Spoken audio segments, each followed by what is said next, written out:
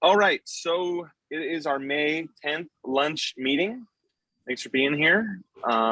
Last night we had our monthly board meeting.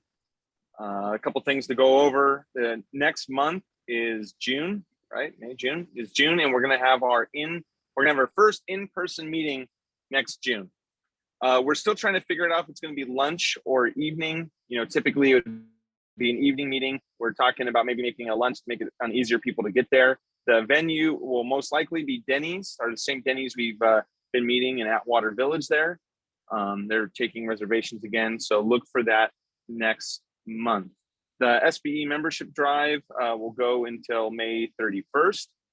We're working on an idea about getting people certified for the CRO. So, you know, we've been doing a bunch of the YouTube videos.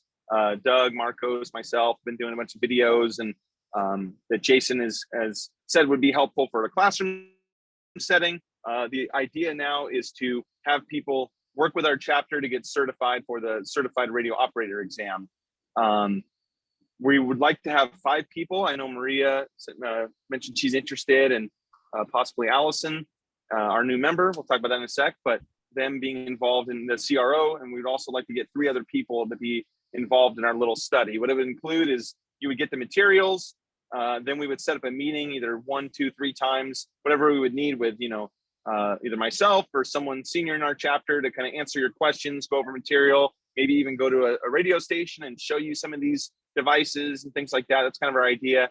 Then you would take the exam, and the chapter would pay for that. So we're gaining interest for that to fill 3 spots. If you know anybody that would like to get certified, that's a member of our chapter, student member, whatever, let me know. And that's what we're hoping to do. Talked about the June 14th meeting in person. At that meeting, we will be giving out a $100 gift card to Amazon. You heard that right. $100 gift card to Amazon at our June in-person meeting. So look forward to that.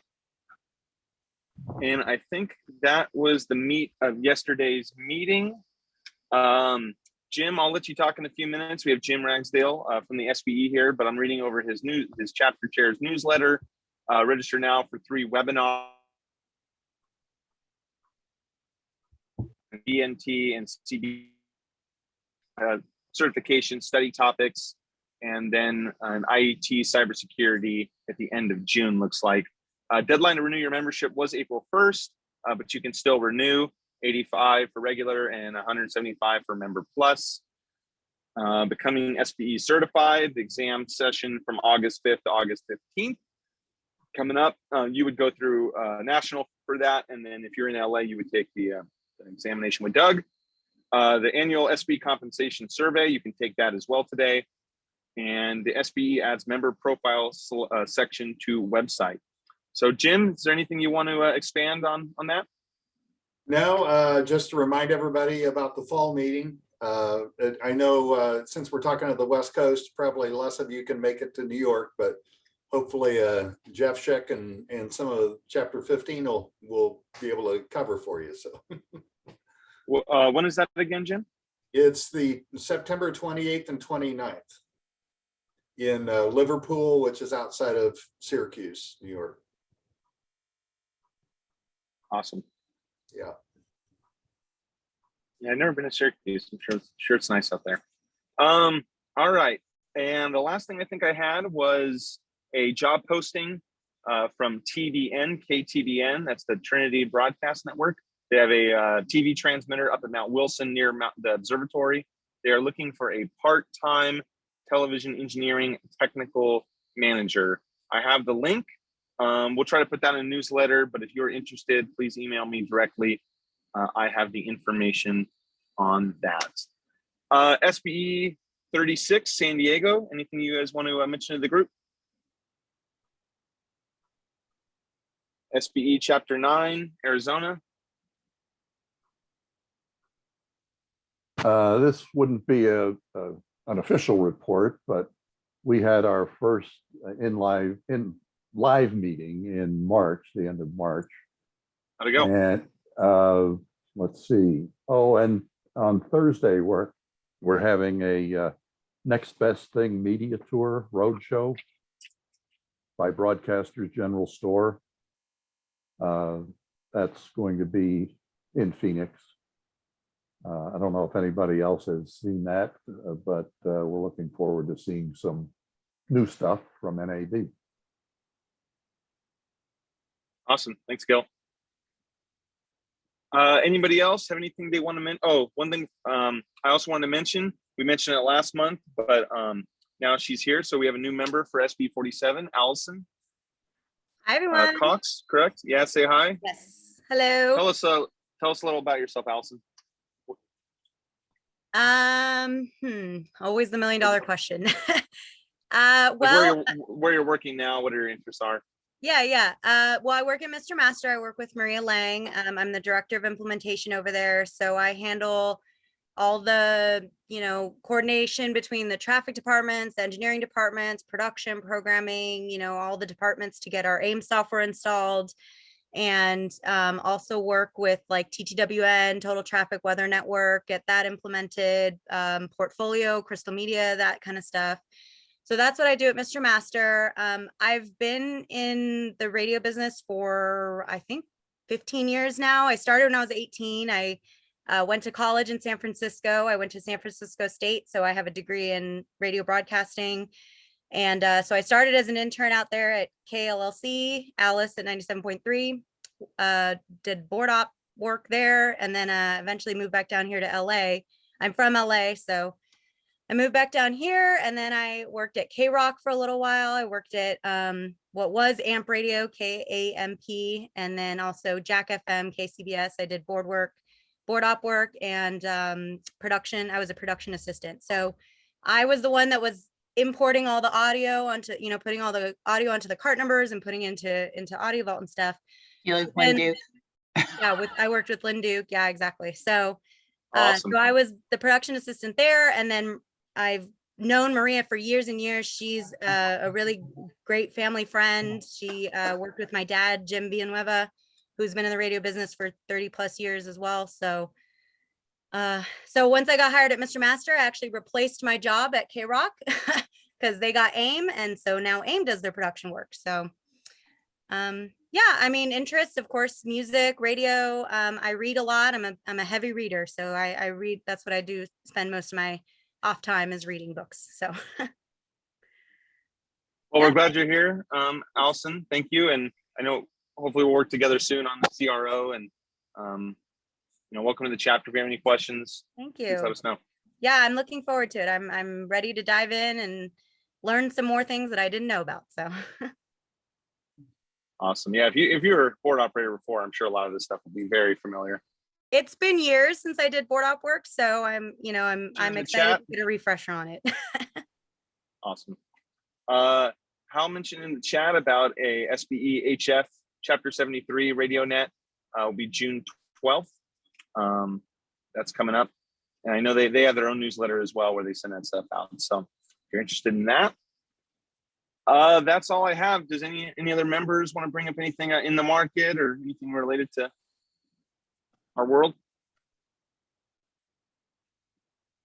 Okay.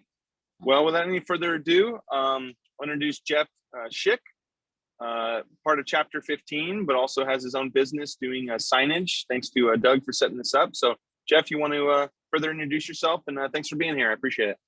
Yeah, hi. Thanks so much. Thanks for having me. Everybody hear me okay? Yes. Sure do. Yes. Yeah. Okay. So I have a little bit of a presentation for you all here.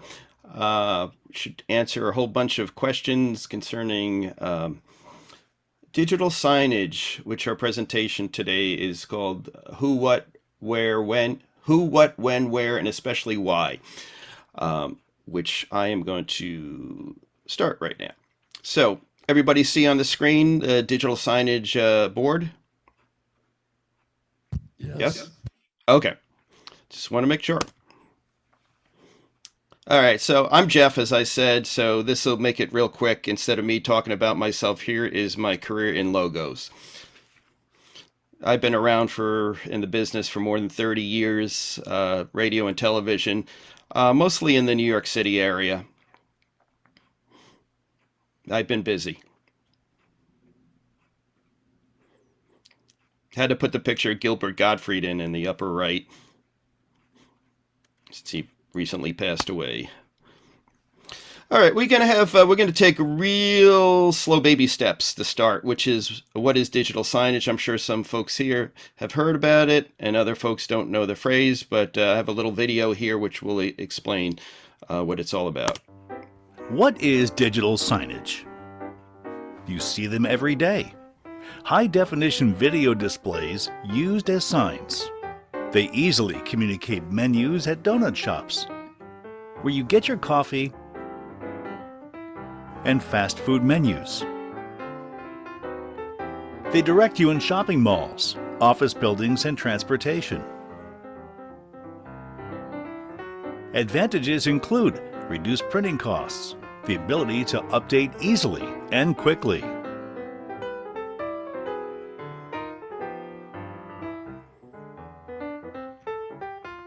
Now digital signage is affordable, even to small businesses. Sprite Media can help you decide if digital signage is right for you. Email or call us. Okay, so I can answer the question that we started with: who, what, where, when, and why. Who, all you on this fine Zoom today. What, digital signage? That's pretty easy. And then we're going to go more into the where and why. So why would this be beneficial in a radio or television facility or any kind of broadcast facility? Well, communication, workflow, promotion, and to generate income, which that poor man there didn't understand any of that back in the 1930s. So we're going to start off talking about studio clocks. So I'm sure the one in the upper right is common to just about everybody. The old Leach style clock, which has been around for about 40 years or so and really hasn't changed much. I was out at NAB and they're still selling it. So it's expensive to buy. You have to have a master clock system, and it needs its own cabling. A new version of this is Ntp Syncing, network time protocol. Runs off your internet connection, and you can set it up to display just about any kind of look you want. You can do a face, you can do digital, you can do military, you can do calendar. On ours, we have logos and messages and closures. We are not the only ones who make clocks, but we are the only one who does custom clocks. So there, I saw at NAB there was several people who were doing clocks. So we're going to discuss a little bit about where this would make sense in your facility. Obviously, in a lobby. First impressions really mean something. When you walk in, I remember starting in the business, when you first walk in, the tech, the modern feel of a radio station or a TV station, that's what always grabbed me. So this is an inexpensive way of taking care of that. And you can see some examples here. We have one in a conference room, and a lobby, and kind of a kitchen cafe type of area. The studio is also a great place. We actually have a product we'll talk about later that fits in the studio. But why is that good for the studio?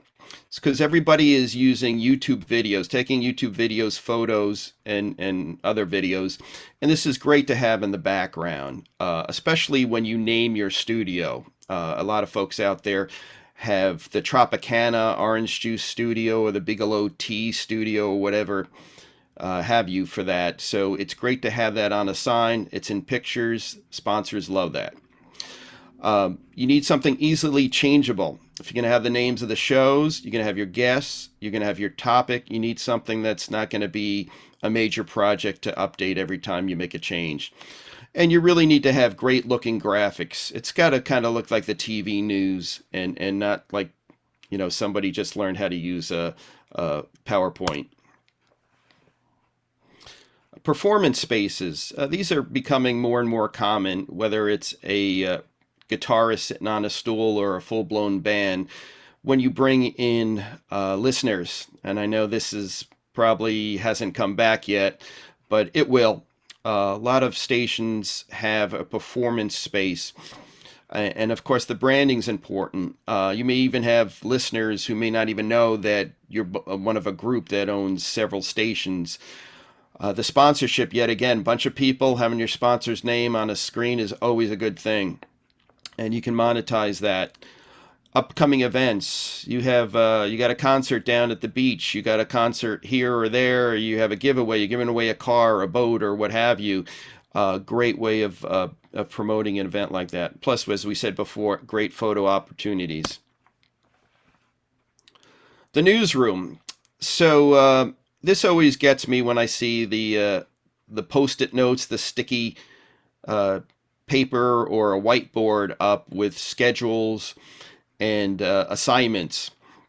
This way, if you have it on a display, everybody knows to look at that one display to get all their information, whether it being what the assignments are, the top stories, what's going on in the newsroom.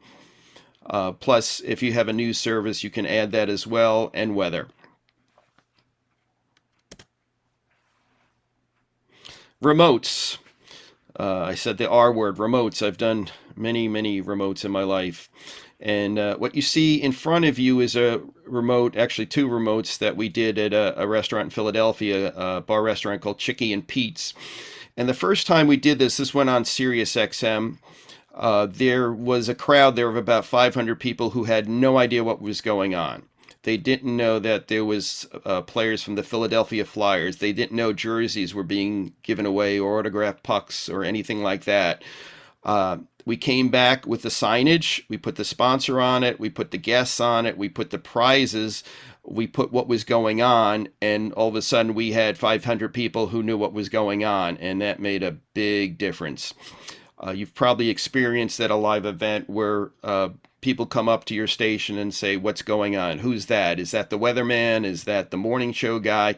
You can clear that right up by putting that on the display. Plus price info. And I'm also going to say over and over, sponsorships. Now think about this. Where else do you think digital signage would work for your business or facility? So if anybody has anything they want to chime in with, feel free to chime in. Meant to be kind of a lively conversation here. One thing you could put in is a sign at a shopping mall with your song playing on the air and your logos going by. You can put that in the local businesses. Some folks may remember the radio station clocks that used to be all around town. Also great for the street team, any events you have, or concerts. Any questions so far?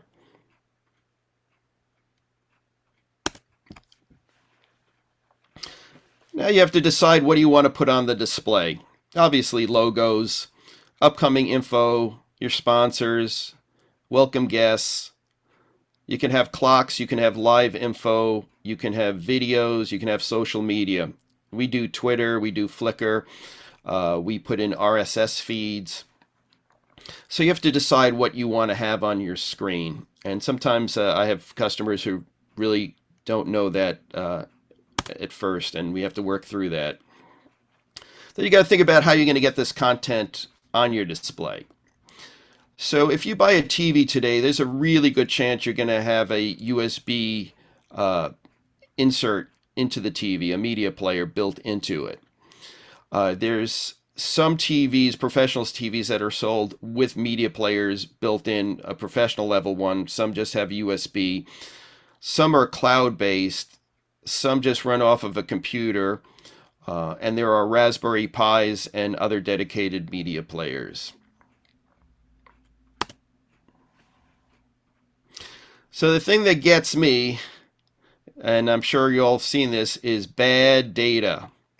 Blue screen of death. Numbers flying across the screen. So if you look on the right side here, this is actually a place I work at. This wasn't set up by me at all. I just came into work, and that very expensive video wall they had up there showed pretty much a Windows page with an error on it. Other bad data is anything that's out of date.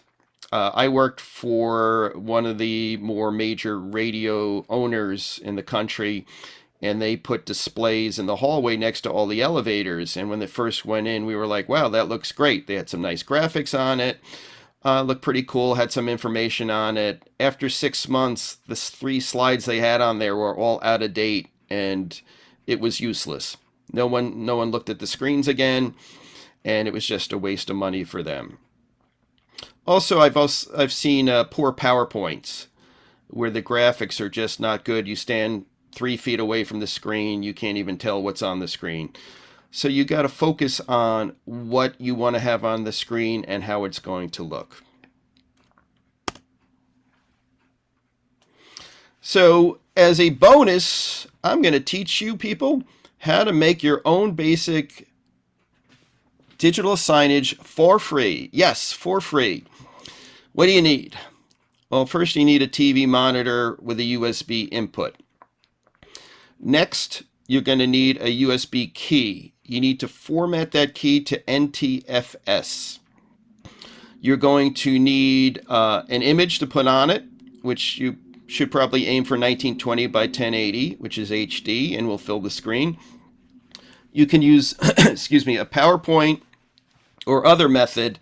There are plenty of free graphics programs out there. Canva is one of them. I'm going to show you one in a second. You could also loop MP4 videos if you have some video editing software, and yet again, there's some good free ones out there. So I'm going to show you a demo using Google Slides. If you're unfamiliar with Google Slides, it's a free program from the Google universe. And I'm going to put that on the screen here. I hope you can all see that. And I made 3 basic signs just using this Google Slide program. So what you need is first is a background. So you can go on Google and make sure you type in free background. You don't want to steal somebody's artwork for your screen. You want to get a 1920 by 1080 background. That's your first layer. Then you want to put your logo on it, and then you want to add some text. So you only have 3 basic items on this screen. So I made that one, and it serves its purpose. Here's another one I made, which I think looks a little bit nicer with whatever city you're in as the background. And I made one for the news department. So to do this, you see the 3 slides are here. We're not doing a slideshow. We're just going to take one image. You're going to click on File, and you're going to click on Download, and you're going to download this as either a JPEG or a PNG. So that's just a single image. And once you download that, you put that on your USB, you plug the USB into the TV, and you're ready to go. You just hit, it may say media on your remote control. You hit that and it'll ask for a picture, and you put the picture in and you've got a digital sign. How about that? So I'm going to go back to my presentation here.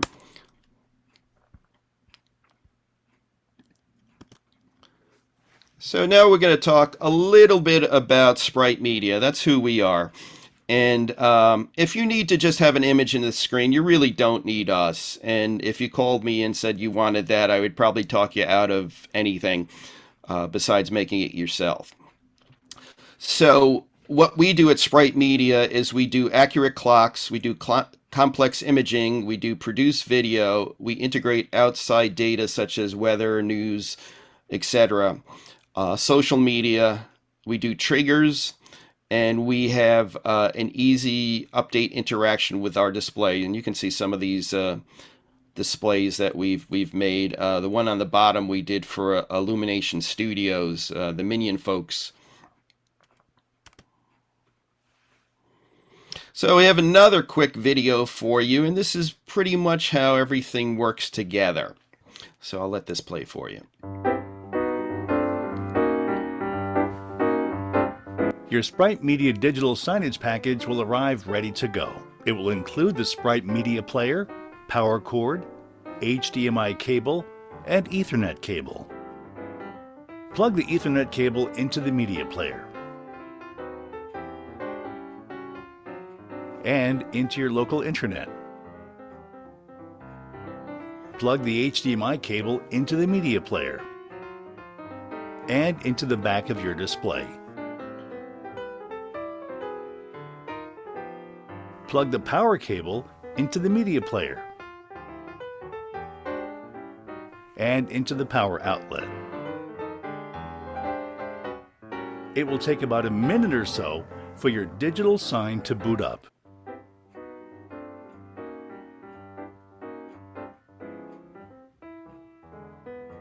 Note IP address and extension when booting up. It'll appear on the screen where the Sprite Media logo is for 10 seconds every time you boot up your player. Your IP address, user and password should be on your documentation included.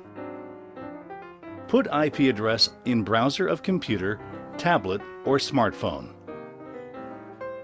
This device need to be on the same internet service as the digital sign. Log in with username and password.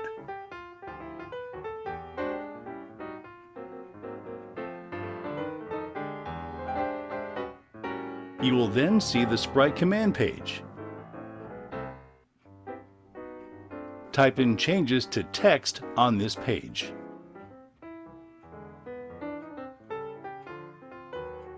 You will see the changes immediately after you press enter or go.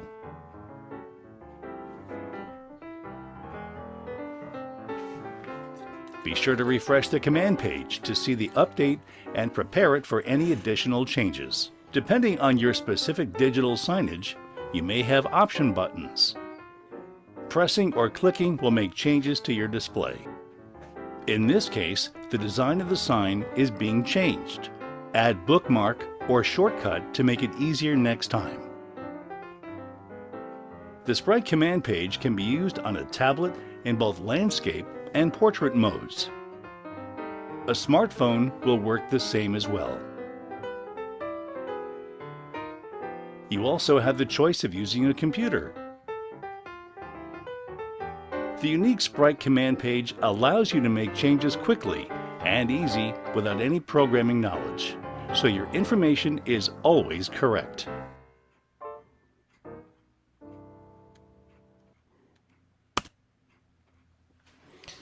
All right, so the benefits of Sprite Media is that we use world-class players. We do not use Raspberry Pis. We use players that are meant to be on 24 hours a day, 7 days a week. It's not a project computer. It's meant to last for years and years. When we put together a player for you, you own it. We just add the software to it. So it's no lease or monthly fee or anything. We do all the heavy lifting. You tell us what you want on your screen, even if it's something that's not in our demos, and we do that for you. We write some of our own software, so some of the stuff that you see is very unique to us. As I said, there's no monthly fee. We've been doing digital signage now for 7 years, and I think we've got a good hang of it now. And frankly, it took me about 2 years to get signage that was worth paying money for. We have a unique command page, so there is no programming necessary. I heard a story that in stadiums, event stadiums, when they have soccer matches and then they have other matches like baseball, they will change the price of water. And in order to do that in the stadium, they have to go around to each display and program each one. That sounds like at least a full day of activity for something that really shouldn't take a full day. But that's how they function. Also, if you completely hate the display, or if there's a major change in your facility, new ownership or something like that, these displays can be wiped and completely reformatted. So as we were talking about, this is what the command page looks like. It's when you put in the IP address and extension, this comes up. You just type in what you want, and you hit enter, and it goes right to the screen. No waiting, no other programming needed besides that. You do need to be on the same internet as your display. You will need to be in the same facility, so you can't do it from home to the sign at work. This is good and bad. The bad is you can't do it from far away. The good is you're not going to have people messing with your signs, playing practical or impractical jokes.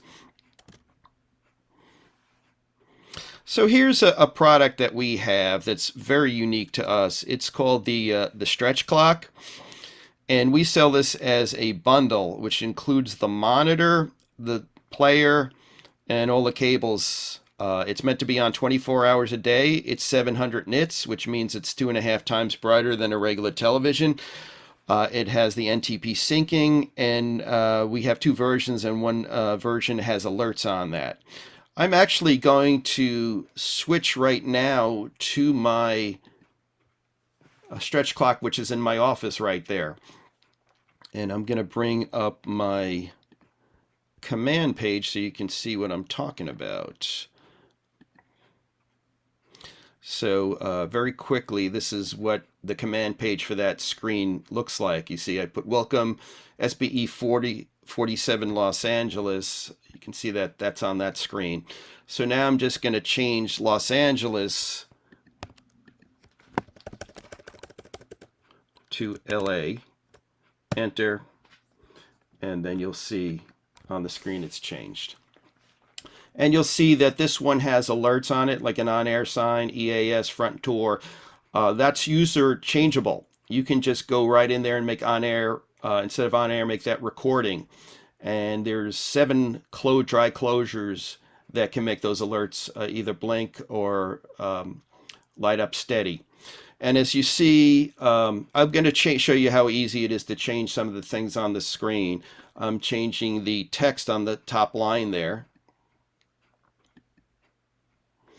And then I'm going to change the background. And obviously you can tell us what you want for a background. If you want the city, you want your building, you want a picture of all your jocks. Whatever you want, we can make that happen. You can also have changeable logos. And what my favorite is that you can change the face clocks. And I made a copy of the old Leech clock because I just liked the way it looked. And you can turn on and off military time if you'd like. So that's our stretch clock, and that gets a lot of attention when we're just at NAB because it looks so different from a TV. And I actually got the idea at a subway station.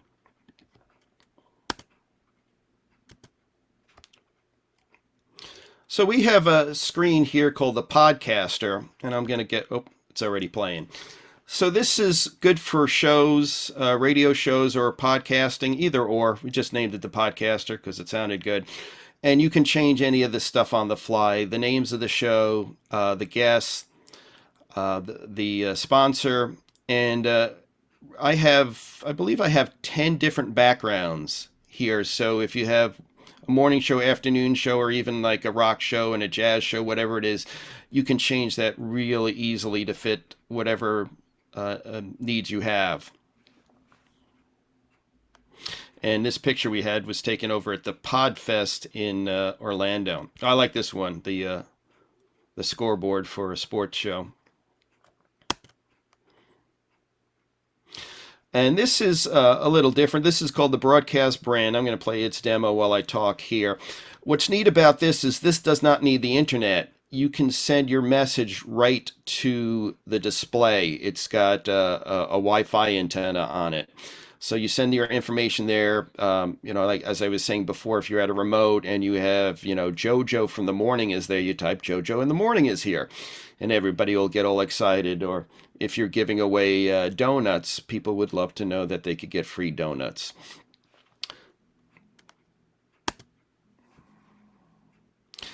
We're very excited about this. This is a brand new product that we unveiled for the NAB show, and I'm gonna get this running. So we've been asked by people to make a display that has information on it that doesn't have a monthly fee. So this was a little tricky because if I put in weather from, let's say, CNN or Google or Yahoo, you have to pay for that per month. I would have to pay for it per month. But this is actually scraping weather off of the National Weather Service, which is free. And you'll see things that have just passed by, including a Twitter feed, which is free. You can put a welcome guest list. You can have an array of your disc jockeys there. Apparently my radio station exists on a petting farm because we have animals there. And you can type right into your command page your events. You'll see on the bottom that's a news feed that's coming through. This particular station that had ordered this had ABC News, so we put their ABC News feed as an RSS feed here. We also can integrate Flickr, so you could have pictures, you could change pictures yourself for free. If you have an RSS scroll or you subscribe to something, we can insert that. There's a lot of integration we can do. I'm going to show you a sign that we made for the fine folks over at the Heart of Wisconsin Media, which is, I think, Wisconsin Rapids is where they're located. And what they wanted on the screen was a weather map. And that was tricky. So the weather map is coming from the National Weather Service, and there's not much going on right now, but unfortunately for Wisconsin, they do get a lot of bad weather, so you see a lot of ice and snow. Today they look just fine and dandy at 77 degrees. So you can either have it be static or you can have it moving. And I set this to update every 15 minutes. It even has a button if you wanted to update it sooner than that. And in the upper left corner, you'll see some nice pictures, but you could put your DJs in there. You could have pretty pictures. You can also have your events. And we can set it up if you wanted to have a scroll welcome sign like these folks had. This is exactly what the station had asked me to do for them. And you see all their logos on top. Hey, Jeff, Yes. we have a question from Hal. Will it accept the National Weather Service text file as is, or does one have to massage the text file first? Very good question. It took me about 2 years to figure out how to make the National Weather Service work. It's not easy. So that would be something that I would set up. Yeah, there's all sorts of wacky coding in there, and it has to go in and it has to look around and then has to translate and stuff. They don't make it easy. Not sure why, but they don't make it easy. All right, we'll continue with our tour. Oh, how about that? Questions? Open up to the floor. Yeah, good presentation, Jeff. So you would sell them the hardware, like you said. It's not Raspberry Pi, but I'm assuming it's some Linux-based hardware. Yeah, this is not a secret. We're not And then trying to put the wall. Well, I'll tell you exactly what we do. Screen-wise, Okay, so there's two different basic products. So if you wanted like the Dashboard Express, we sell that at $1,300, which includes the media player set up for you, custom setup, and then you supply the TV. Can be 32 inches, can be 75 inches, can be 108 inches, and you just plug it in.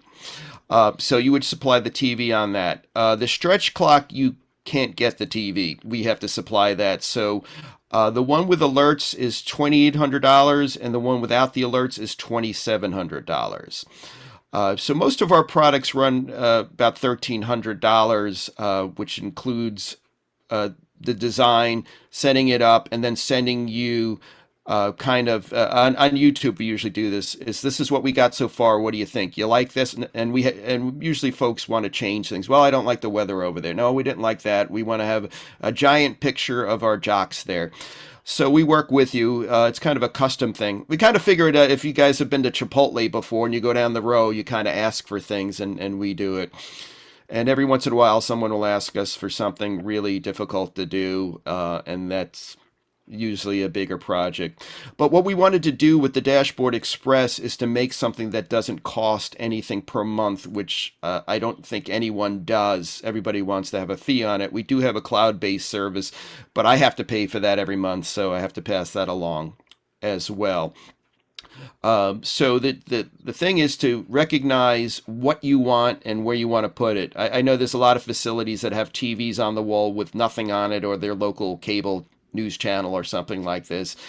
So it's I remember when I first started the company 7 years ago, I went over to one of my friends over at Cumulus, and I did my demo and I said, this is great for your lobby and you have to pay me X amount of dollars per month. And he's like, look in my lobby. There's nobody there. Why am I paying you for this? So then we kind of had the idea that, people don't want to pay monthly, especially if they don't know if there's going to be anybody looking at the screen for a while. And what's neat about some of the stuff we're doing is if you have a Twitter feed, you don't have to worry about updating your screen. It's automatically updating itself. So you don't have something that's old up there. It just keeps on doing what it's doing while social media keeps on getting updated. We have another question from Bill Dawson. Can the monitor be vertical? I'm thinking maybe he's talking about the stretch screen, or maybe even a regular size. Can it be vertical? I got a great answer for that. Good question, though. That's something that I probably should put in the presentation. We can design vertical or horizontal, portrait or landscape, as they call it. But if you have a TV from Best Buy, you do not want to hang that vertically because it's not vented to do that. The stretch clock, the monitor there, is vented to do that. You can do that vertically, and you can get a professional TV that is meant to go into portrait mode. All our displays are sold right now only for broadcast through the Broadcasters General Store. And those fine folks can help get a professional TV that is vented vertically if that's something you want to do. But I would not do that with a regular TV. It will most likely burn out after a while. Yeah, that's a good question. So the TVs that you propose that we buy part of this clock are what? Are a specific model that you think will there's a lot of them out there. So luckily professional screens are now a lot cheaper than they used to be. I usually recommend Samsung, and there's LG is a good one as well. So we try not to pigeonhole you into getting a specific one, but obviously if you said, I want to get a media player and I want a TV with it, can you help me pick out a TV? I'd be happy to pick out one that's affordable. I'm not going to push you for a $9,000 TV when you can get a professional TV for like $600. So burning is still an issue, right? Not usually. Most of them have the moving pixels in them, especially the professional TVs. Yeah, if you get one, the discount one, I'm trying to think of a discount brand like Dynex or something, you're probably going to have some burn in there. But actually, that stretch clock I've had that, 4 years, nothing. Looks great. But these the professional monitors like that one, the stretch clock is made by Samsung. It's got a 3-year on-site warranty, and this thing just chugs away. And that's what I love about the player we use. It just chugs away. When I started the business, I started with a Chrome box, and I plugged it in, and it was working okay for a while. And then Chrome decided to do an update. All the screens went dead. The Chrome box did not want to be a digital sign. It wanted to be a computer. So the signage player that we use now only wants to be a sign. Doesn't want to be anything else. Is not looking for inputs or anything like that. Just wants to be a sign.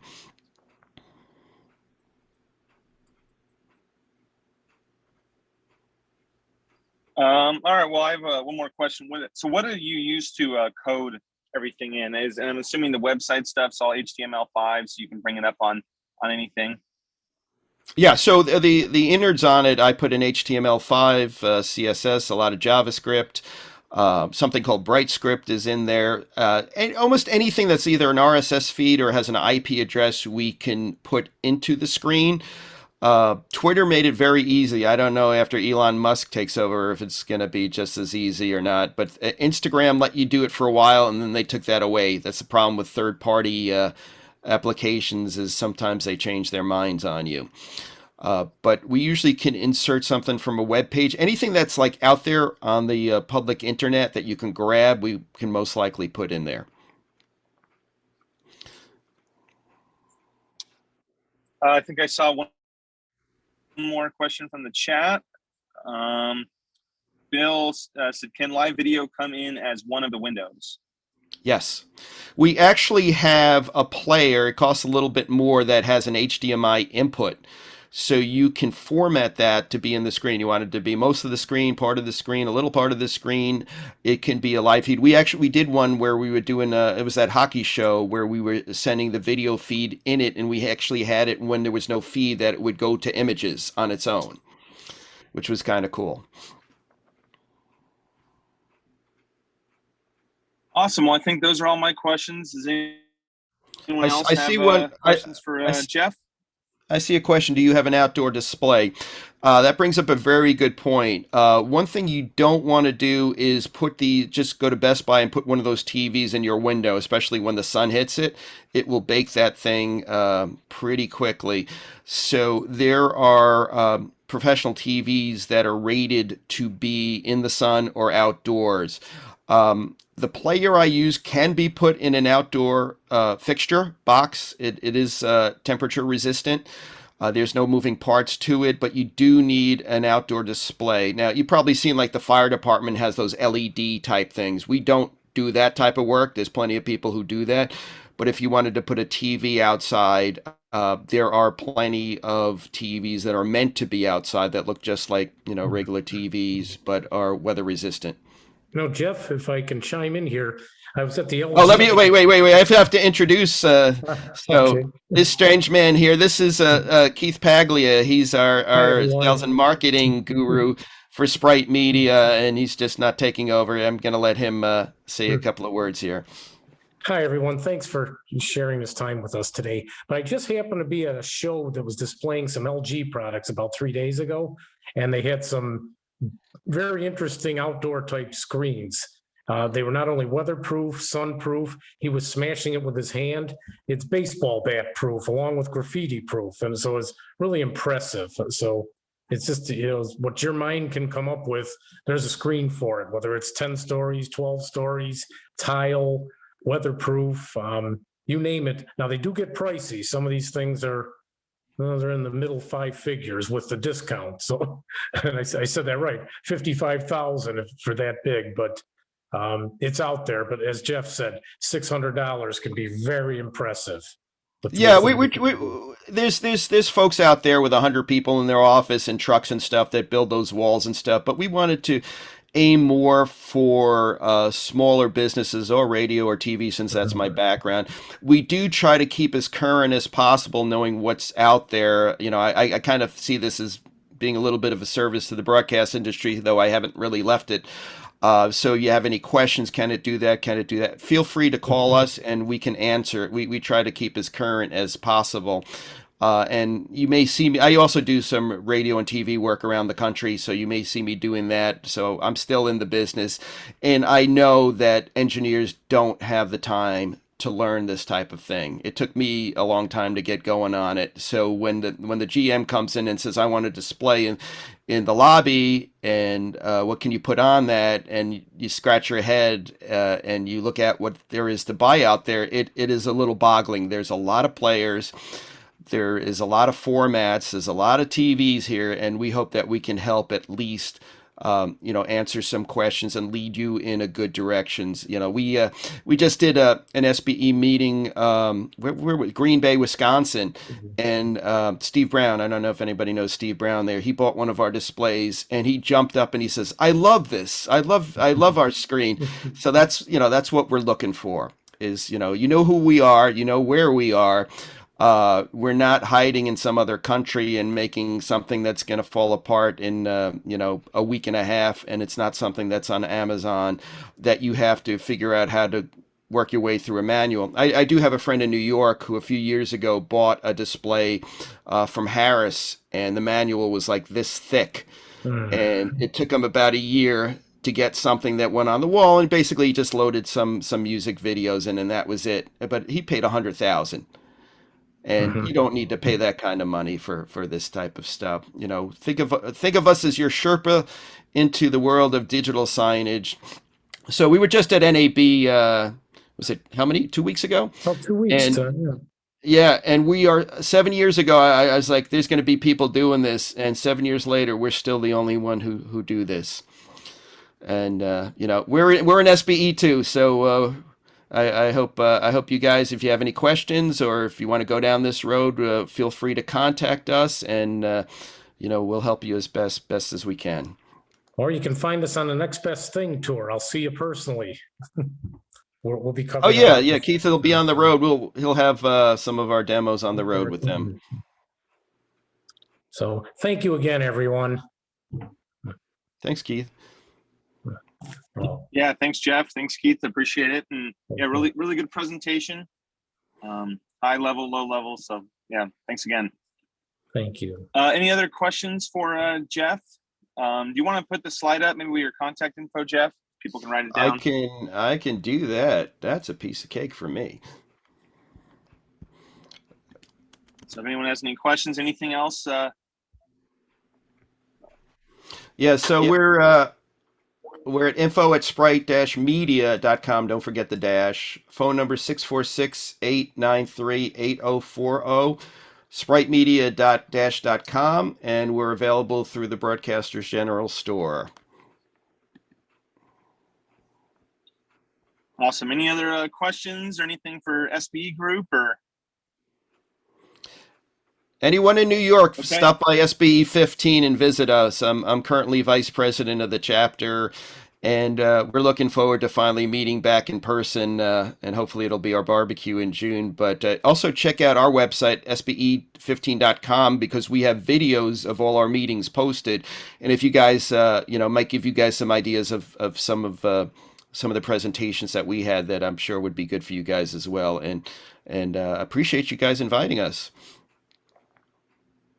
Yeah, thanks, Jeff. We'll get this video posted here next few days on our Facebook and on our YouTube as well. So awesome. Well, next month will be June. Look out for the email. It's going to be lunch or evening. And again, we are planning to meet in person. High probability at the Denny's in Atwater Village.